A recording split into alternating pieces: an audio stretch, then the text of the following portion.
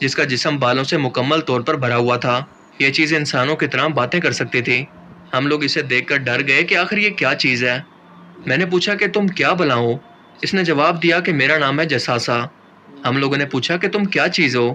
اس نے جواب دیا کہ یہ سب باتیں چھوڑو، بلکہ میں تمہیں اپنے مالک سے ملواتا ہوں۔ وہ سامنے جو مندر ہے وہاں پر وہ شخص بڑی شدت سے تمہارا انتظار کر رہا ہے۔ اب اس واقعہ کے اندر اس مندر یعنی بت خانہ کے لفظ کو آپ نے ذہن میں رکھنا ہے۔ تمیم داری کہتے ہیں کہ ہم اس کے پیچھے چلے اور اس مندر کے اندر ایک بہت بڑی جسامت کے شخص کو ہم نے زنجیروں کے اندر بندھا ہوا دیکھا۔ اس سے بڑی جسامت کا شخص ہم نے آج سے پہلے کبھی نہیں دیکھا تھا۔ اس کے ہاتھ اس کی گردن سے بندھے ہوئے تھے اور اس شخص نے آتے ہی ہم سے کچھ سوال کیے۔ پہلا سوال یہ تھا کہ مجھے بیسان کی کھجوروں کے بارے میں بتاؤ کہ کیا وہاں پر درختوں پر ابھی بھی پھل آتے ہیں؟ ہم نے کہا کہ ہاں بالکل آتے ہیں۔ وہ کہنے لگا کہ وہاں پر بہت جلد کوئی پھل نہیں ہوگا۔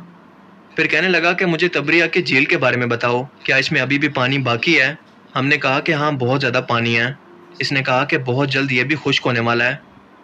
تیسرا سوال اس نے یہ کیا کہ مجھے زغر کے چشمے کے بارے میں بتاؤ، اور اس کے بعد گولن کی پہاڑیوں کے بارے میں پوچھنے لگا، اور آخر میں کہنے لگا کہ مجھے اس امی پیغمبر کے بارے میں بتاؤ کہ اس نے اب تک کیا کیا۔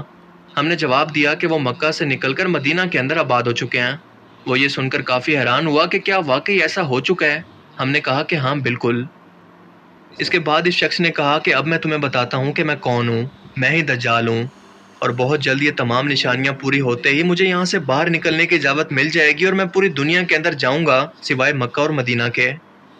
اس کے بعد آپ صلی اللہ علیہ وآلہ وسلم نے فرمایا کہ لوگوں یہ یثرب ہے یعنی مدینہ۔ دیکھو میں تمہیں نہیں کہا کرتا تھا کہ دجال نہ شام کے سمندر میں ہے اور نہ ہی یمن کے سمندر میں، بلکہ اپنے ہاتھ سے مشرق کی طرف اشارہ کر کے آپ نے 3 مرتبہ فرمایا کہ دجال مشرق میں ہے، دجال مشرق میں ہے، دجال مشرق میں ہے۔ اس حدیث مبارکہ کے اندر ہمیں دجال کی ایگزیکٹ لوکیشن کی طرف اشارہ کیا گیا ہے کہ وہ مدینہ کے مشرق کے اندر کسی ویران جزیرے کے اندر قید ہے۔ سو چلیں مدینہ کے مشرق کے اندر تمام اہم ترین جزیروں کی کھوج کرتے ہیں اور اس کی لوکیشن کا پتہ لگانے کی کوشش کرتے ہیں۔ مدینہ کے ساتھ مشہور عربین سی موجود ہے جہاں سے حضرت تمیم داری کا یہ جہاز روانہ ہوا تھا۔ اس سمندر میں 4 اہم ترین جزیرے آتے ہیں۔ انڈیا میں لکشدویپ آئی لینڈ، مسیرا آئی لینڈ جو کہ عمان میں ہے، سکوٹرا آئی لینڈ جو کہ یمن میں ہے، اور آخری ہے پاکستان کا استولا آئی لینڈ۔ حدیث مبارکہ میں یہ واضح ہے کہ دجال نہ شام میں ہے اور نہ ہی یمن میں، لہٰذا ان 4 میں سے اب 2 جزیرے باقی رہ گئے، انڈیا کا لکشدویپ آئی لینڈ اور پاکستان کا استولا آئی لینڈ۔ تو اب یہ ڈیسائیڈ کیسے ہوگا کہ ان دونوں آئی لینڈ میں سے دراصل وہ آئی لینڈ تھا کون سا؟ رسول اللہ صلی اللہ علیہ وآلہ وسلم نے مدینہ سے مشرق کے جس طرف اشارہ کیا تھا، اگر ہم اس سے ایک سیدھی لائن کھینچیں تو آپ یہ جان کر حیران رہ جائیں گے کہ یہ اور کوئی نہیں بلکہ پاکستان کا استولا آئی لینڈ ہی بنتا ہے، کیونکہ انڈین آئی لینڈ اس لائن سے کافی دور ہو جاتا ہے، جیسا کہ آپ میپ میں دیکھ سکتے ہیں۔ جیسا کہ اوپر حدیث کے اندر ہم نے جانا کہ اس آئی لینڈ پر ایک مندر بھی موجود تھا جو کہ رسول اللہ کے زمانے یعنی 1400 سال سے بھی پہلے کا اس آئی لینڈ پر موجود تھا۔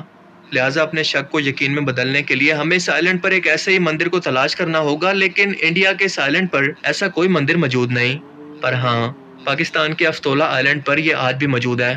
جی ہاں، یہ مشہور کالی ماتا کا مندر ہے جسے تباہی پھیلانے والی خطرناک اور خوفناک قسم کی دیوی ہندوؤں کے عقیدے کے اندر مانا جاتا ہے۔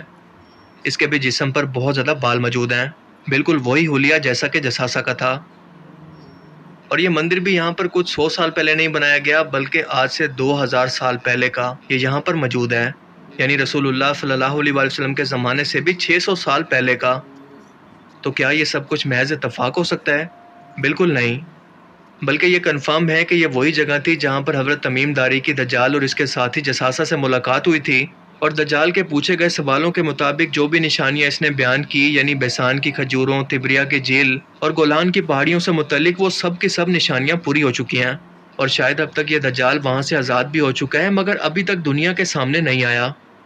یہ سب نشانیاں آخر کیسے پوری ہو چکی ہیں، آئیے ذرا جانتے ہیں۔ سب سے پہلے بیسان کی کھجوروں کی نشانی پر غور کریں، کیونکہ بیسان کا علاقہ پہلے فلسطین کے اندر شامل تھا، اور حضرت عمر کے دور کے اندر اسے شرجیل بن حسنہ اور عامر بن عاص نے فتح کیا تھا، جبکہ 1948 تک یہ علاقہ اردن کا حصہ تھا جس پر اسرائیل نے قبضہ کر لیا۔ بیسان اپنی کھجوروں کے باغات کے لیے انتہائی مشہور تھا، اور اس وقت بھی بیسان کا کچھ علاقہ اردن کے پاس ہے، مگر اس تمام علاقے کے اندر موجود کھجوروں کے باغ بالکل ختم ہو چکے ہیں، جیسا کہ دجال نے بیان کیا تھا۔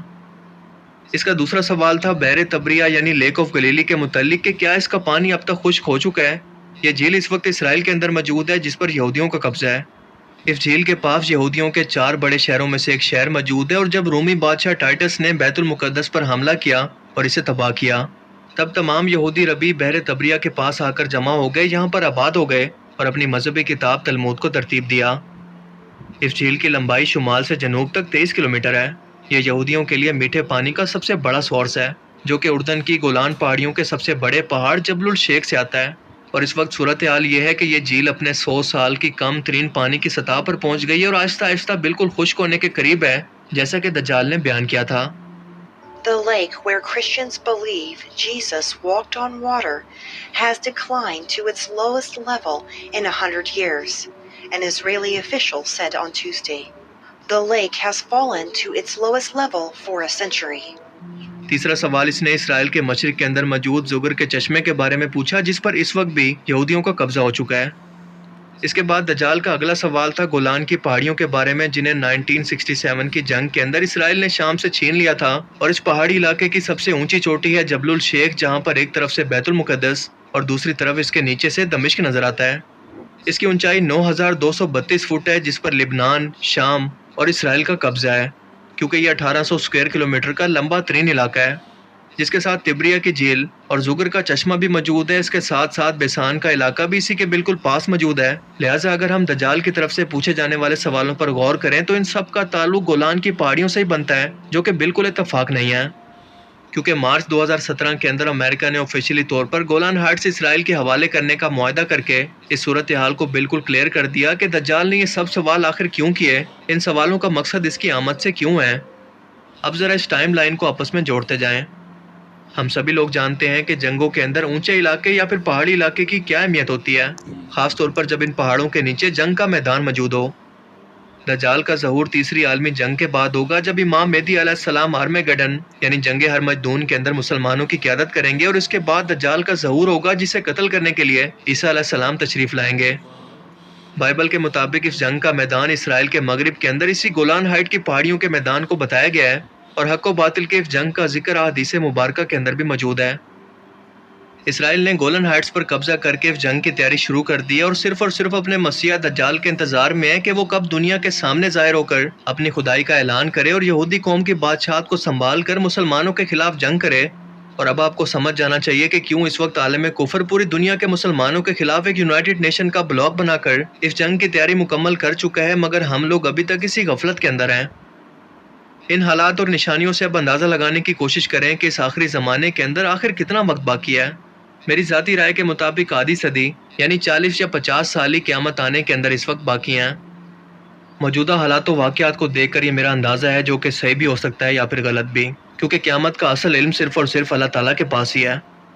لیکن سب سے اہم سوال یہ ہے کہ کیا ہم نے اس وقت کی تیاری کر لی ہے، اور اگر یہ سب نشانیاں دیکھ کر اب بھی ہماری آنکھیں نہیں کھلتی تو آخر کب کھلیں گی؟ اللہ تعالیٰ ہمیں سمجھنے کی اور نیک عمل کرنے کی توفیق عطا فرمائے، آمین۔ دوستو، آپ نے ساری ویڈیو دیکھی، میں نے بھی ساری ویڈیو دیکھی، اور اس میں بہت ہی شوق چیزیں بیان ہوئیں، اور میں تو سن کے ہل گیا، اور آپ کے سامنے ایموشنل بھی تھوڑا سا میں ہو گیا بیچ میں۔ اس میں جو چیزیں کہ دجال کا جب حضرت تمیم داری رضی اللہ تعالیٰ عنہ نے جب بوٹ پہ سفر کیا تو وہ ایسے جزیرے میں پہنچے کہ جہاں پہ ان کی ملاقات ہوئی اس کے ساتھ، اور وہاں پہ ایک مندر تھا، اور جو ساری نشانیاں، تو جو استولہ پاکستان میں تو یہ سن کے حیران رہ گیا کہ پاکستان میں وہ آئی لینڈ موجود ہے استولہ، کہ جہاں پہ مندر ہے، اور وہ مطلب کہ ڈائریکشن بھی مدینہ سے مشرق کی اسی کی طرف آتی ہے۔ اگر دوسرا جو ہندوستان میں ہے آئی لینڈ، اس کی طرف ڈائریکشن تو جاتی ہے لیکن وہاں پہ مندر نہیں ہے۔ مندر تب بھی تھا، 2000 سال پرانا مندر ہے وہ، اور اسی کی طرف شاید حضور نے جو ہے وہ اشارہ فرمایا۔ اور اس بات میں کتنی حقیقت ہے، لیکن اگر ان چیزوں کو فیکٹس کو دیکھا جائے تو وہ 100% وہ آئی لینڈ استولہ ہی ہے اور وہ پاکستان میں ہی موجود ہے۔ اور جو دوسری چیز کہ دجال نے جو چیزیں پوچھی کہ اس پہاڑی کے بارے میں اور اس نہر کے بارے میں اور حضور کے بارے میں کہ انہوں نے ہجرت کی یا نہیں، وہ نہر سوکھ گئی یا پانی ہے، ان کھجوروں کے بارے میں کہ وہ ابھی کھجوریں ان کو لگتی ہیں یا سوکھ گئی ہیں، تو اس نے کہا کہ وہ سوکھ جائیں گی عنقریب۔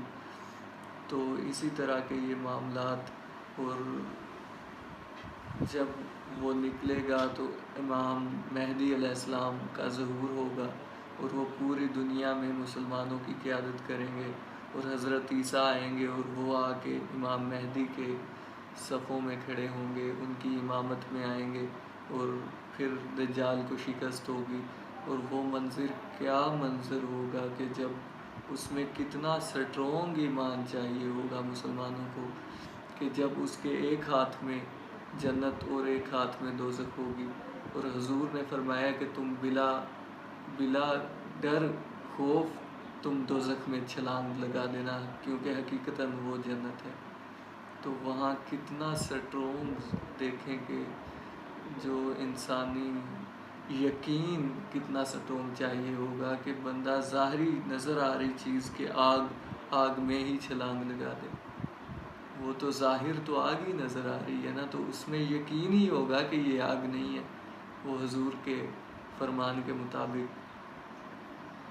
تو اس کے لیے جو یہ چیزیں ہیں کہ ساری تیار ہو چکی ہیں، اور یہ دور بہت قریب ہے، اور میں تو سن کے یہ فیکٹ حیران رہ گیا اور بہت شوکڈ ہوا، اور بس اس کے علاوہ کوئی اور الفاظ نہیں ہیں میرے پاس۔ تو اسی طرح کی ویڈیوز انشاءاللہ نیکسٹ بھی دیکھیں گے، اور اپنی انفارمیشن میں اضافہ بھی کریں گے۔ سو دوستو، ملتے ہیں کسی اور ویڈیو میں، تب تک کے لیے اللہ حافظ۔